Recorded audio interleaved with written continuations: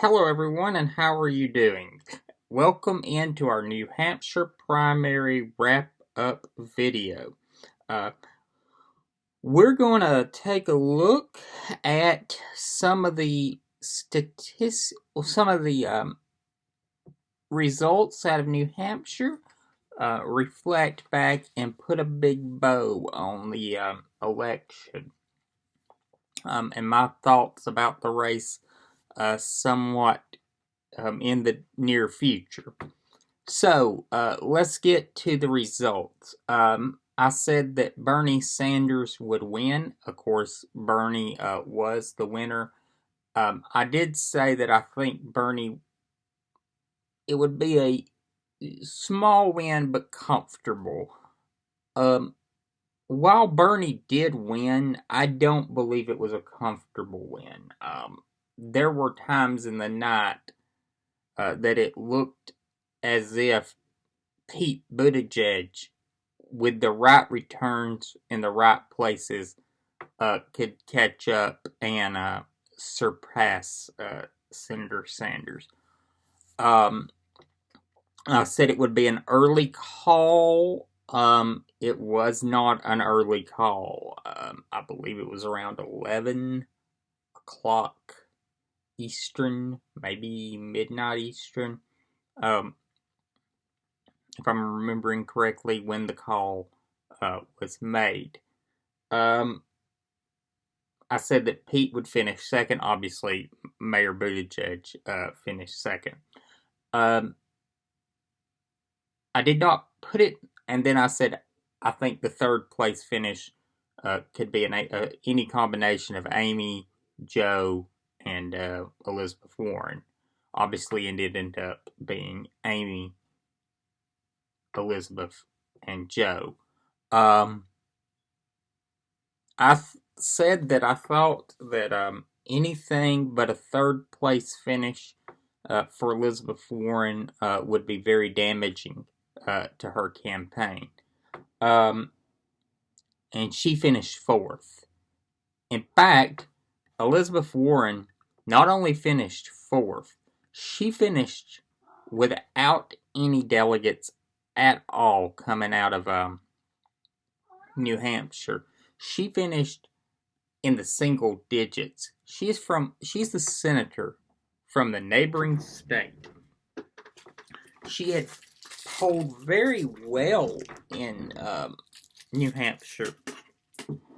And I thought if there was any state in these early batch states that Elizabeth Warren could perform well in, it is in the state of New Hampshire. She performs very well with college graduates and postgraduates. It's 22.3% of New Hampshire residents have at least a baccalaureate degree, and 13.8 have a postgraduate degree. So, in the state, nationally, it's 19.1 and 11.8. So, New Hampshire has higher than average on both of those accounts. And those are some pretty high numbers. She also tended to do, that to me is holy crap, Elizabeth Warren, this is a state tailor-made for you, ma'am. I'm very, very worried that, not worried, but I think that her campaign is in the final moments.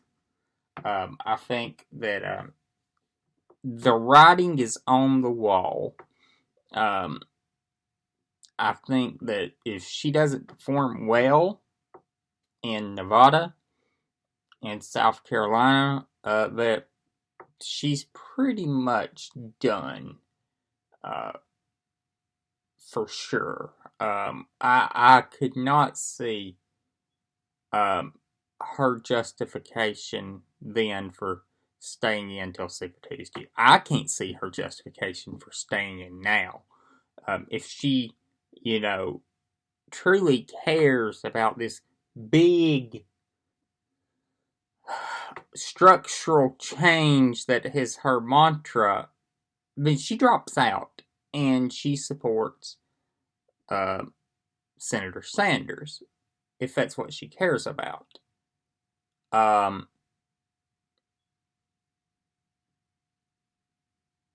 Because if you take all of the progressive votes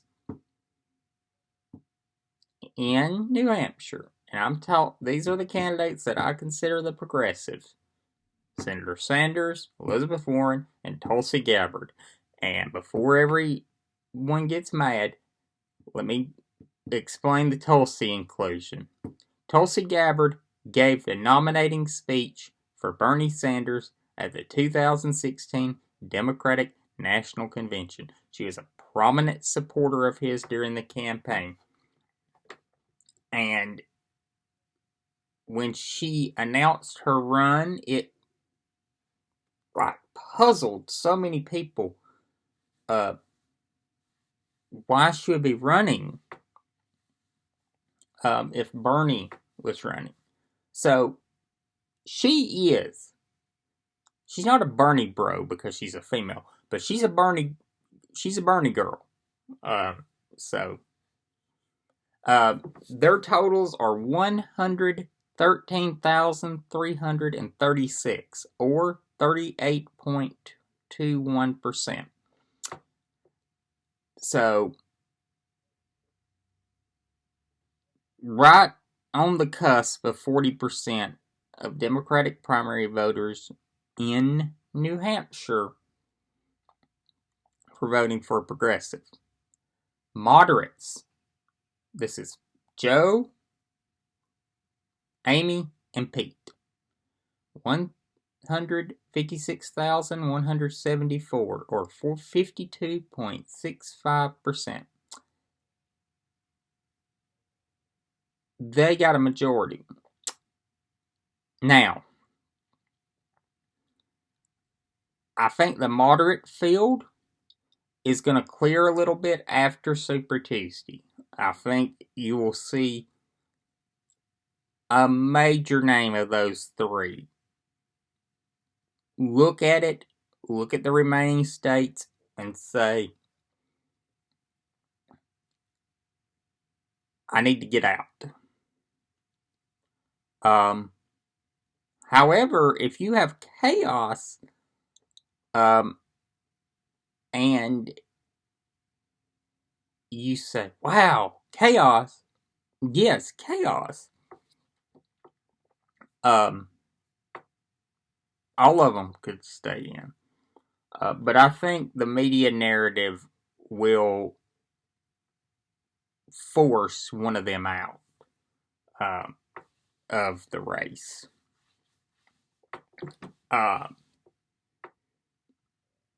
And everyone else, with every other candidate, they got about 9%.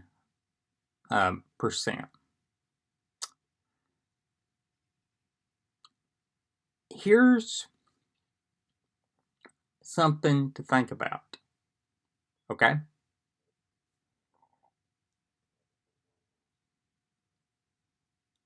New Hampshire, in the delegates, at the end of it, Bernie and Pete tied. They both got the same amount of delegates.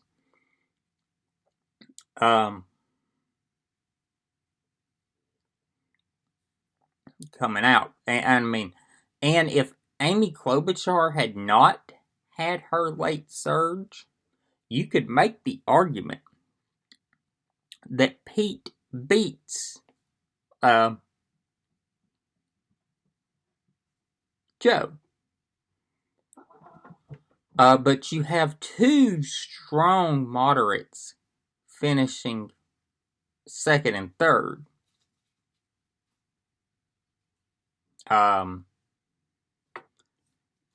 and Amy Klobuchar, who just came on very, very strong in the final days of the primary, had that really good debate performance on the Friday night, and then used that momentum from that debate performance to finish a very strong third place showing on Tuesday. I think that the moderates have the momentum. It's just gonna take somebody swallowing a lot of pride and getting out. Or the strategy could be, and this is a totally possible strategy, they understand the rules of how delegate allocation works. And their mantra is, we stay in, we bunch up, and we all get over 15%, we can strangle it to where we get delegates. And delegates is what's going to win the nomination, not popular votes, delegates. And these are demands that the Sanders campaign demanded after 2016. So the strategy could be, let's get delegates and deny them going to Sanders.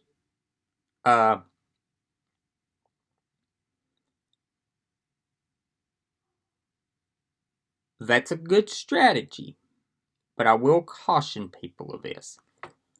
At some point, you're gonna have to get the race down for some remaining primaries to a battle between one of the moderates, Joe, Pete, Amy, and very soon Michael Bloomberg joins the race on Super Tuesday. You're gonna have to get one of those candidates and Bernie. And notice, I did not include Elizabeth Warren in that, because I don't think Elizabeth Warren has any realistic chance of being the nominee at this point. And you're going to have to get it down to that one-on-one battle, and have debates, and have this battle in the Democratic primary of, is this a very far left socialist party, or is it a very forward-looking, progressive, business-friendly, and pro-growth party?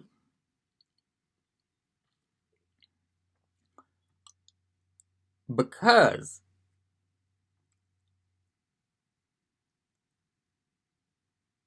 if you nominate, I don't think this can be cautioned enough. Bernie Sanders hasn't been fully vetted. Hillary Clinton did not launch the full cannon of dirt that she had on him in 2016. Do you want me to tell you who has that dirt and is eager to pull the lever on the dirt?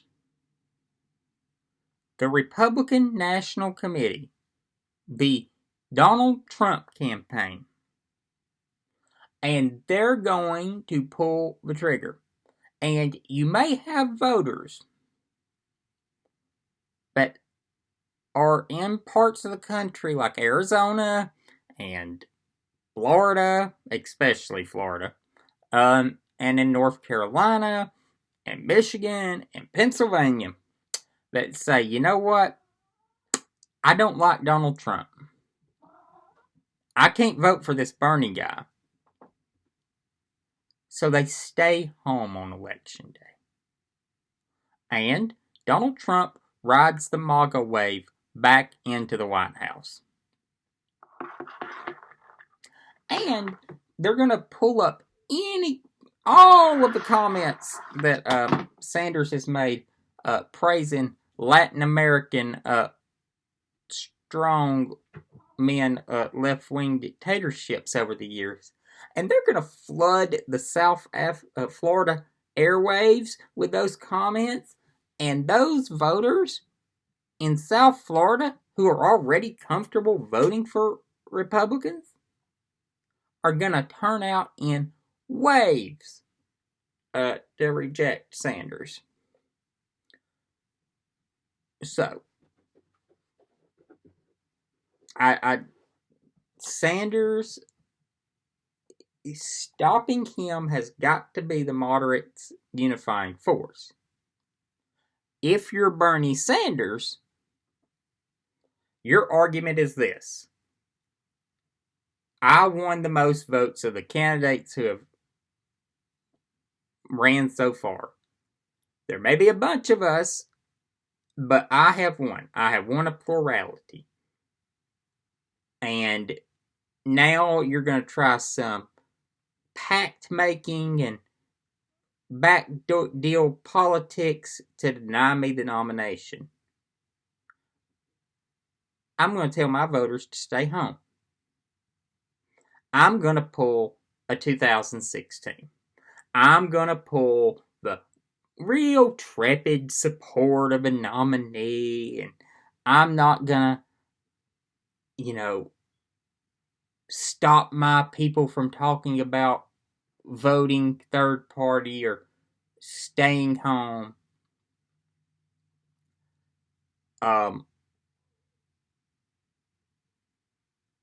That's going to be Sanders' reaction. So, in my opinion, for the Democratic Party to heal after this very contentious first two primaries is at some point after Super Tuesday, with some big states remaining, and I think the Ohio, Florida, New York, and Illinois primary and Arizona is on the same day, would be to have one-on-one one of your moderate candidates, Joe, Pete, or Amy, versus Bernie. And you decided.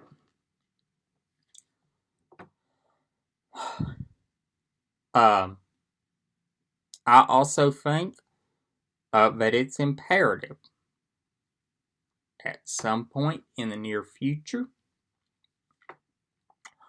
and while it is still a primary contest, that Barack Obama,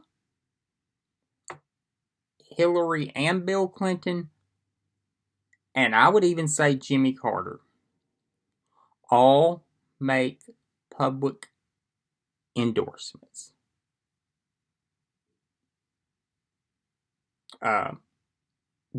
Don't have this be where one camp can say, well, privately, this is what they were saying. No, you need to do it publicly, because the big knock that right-wing media and the Bernie online crowd was able to run with was that it was rigged. It wasn't rigged. Hillary Clinton won more votes, won a higher percentage of the popular, vote, and got the most delegates. She also went out there and, shook the hands of superdelegates, built relationships, done the retail politicking that is required. And she got the nomination.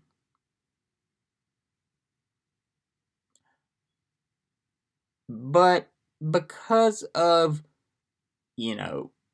the role that superdelegates played and all of that, and, everyone knowing who Barack Obama supported, it led to this perception that maybe something was untoward. It wasn't, but that was the notion. And don't think for a second that Fox News won't use that mantra of, well, privately Barack Obama is whispering in this ear, and privately Hillary Clinton and Bill Clinton are whispering in this ear, and they're just trying to screw Bernie out of the nomination again, and the online crowd come out, publicly endorse a candidate. Now you could say that I know some people might say, well, they're just screwing with it. They're sticking the thumb on it. No, sticking the thumb on it, in my opinion, is the backdoor dealing. When you do it publicly, that provokes reaction. You're either going to have people be like, whoa, yay! Or you're going to be people like, you know what? That's such and such is supporting them. Forget them.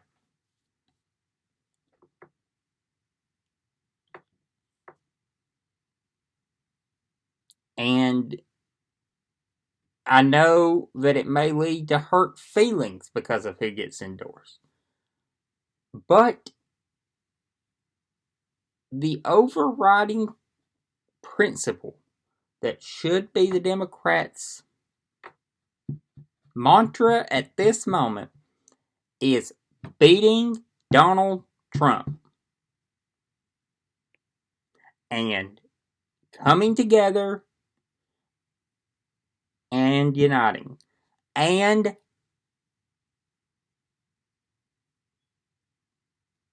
being unified.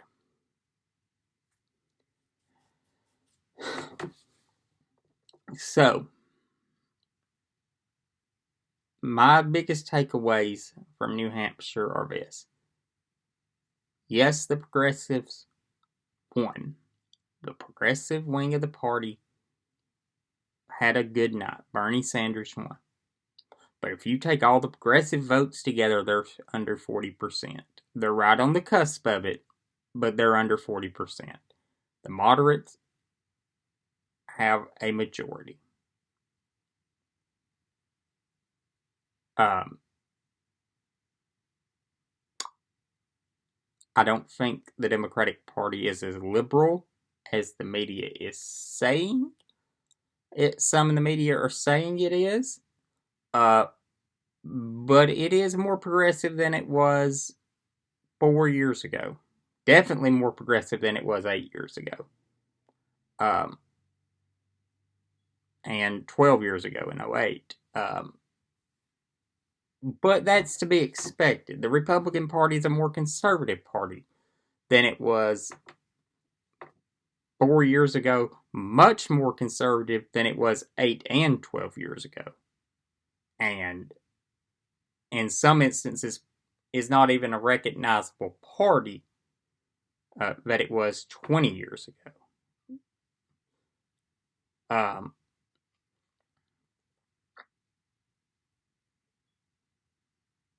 You have to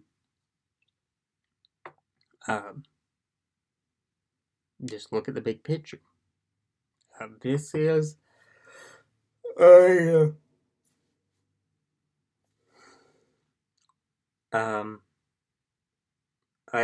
battle that needs to happen. Unlike the Republican Party that has winner-take-all contests, if you keep having these contests where Bernie gets 20%, 30%, and all the moderates are 28, 26% bunched up together,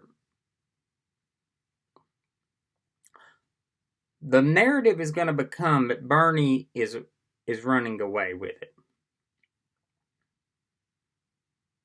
Donald Trump wasn't winning huge majorities in the Republican field in 2016 till the late states when it was over. And, you know, the Republicans have winner take all states. The Democrats do not. But the media narrative became that Trump was running away with it. And he ended up winning the nomination with a plurality, 40%.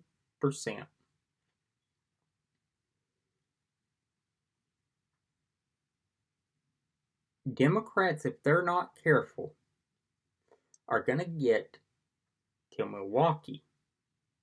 And they're going to have a brokered convention. And the brokered convention is where you have the big possibility of the Sanders people walking out and saying, this is rigged against us. This is, the politics that we're running against on display at the finest.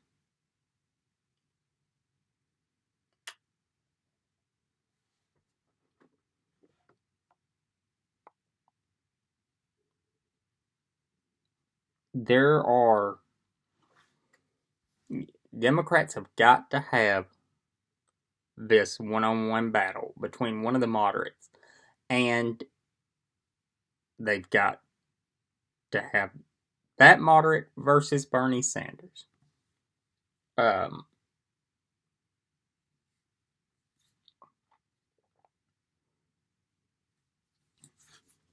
Who do I think that moderate is?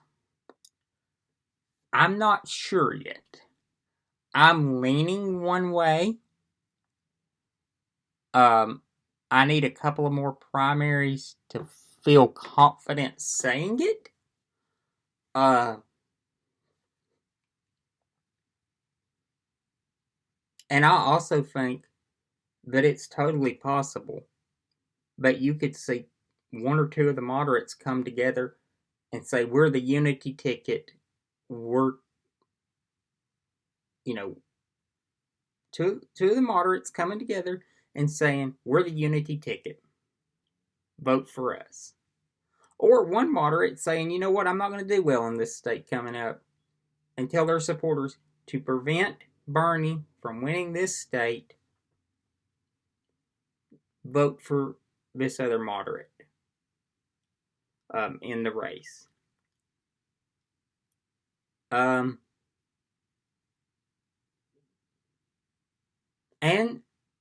in reality, there wouldn't be anything wrong with that. You could make the argument, I've just announced my vice presidential candidate early. Just so happens they're dropping out of the race today. But they have got to figure this out soon.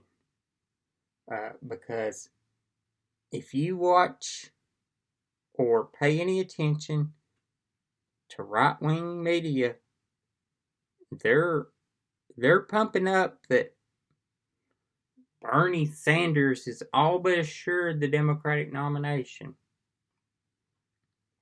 And at the moment, he has the second most delegates. The leader in delegates is Pete Buttigieg.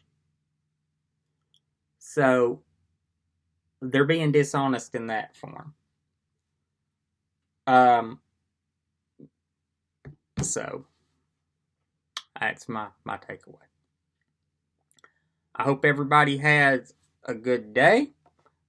We're going to have a video coming out soon about Nevada in South Carolina. I'm going to do a dual video with that. And then right after South Carolina, I'll put up a video about Super Tuesday. So I'll have a Nevada reaction, and then right after that, a Super Tuesday prediction video. Folks, it's about to get very interesting very quickly.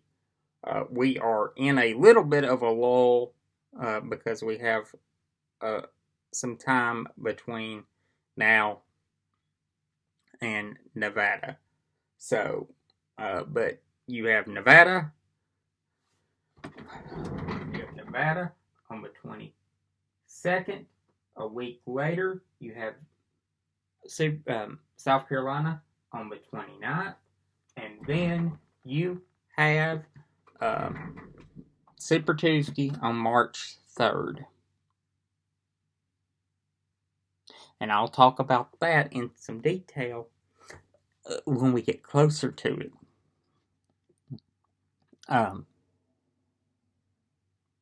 Some strategies I think might be smarter for people. So I hope everybody has a good day.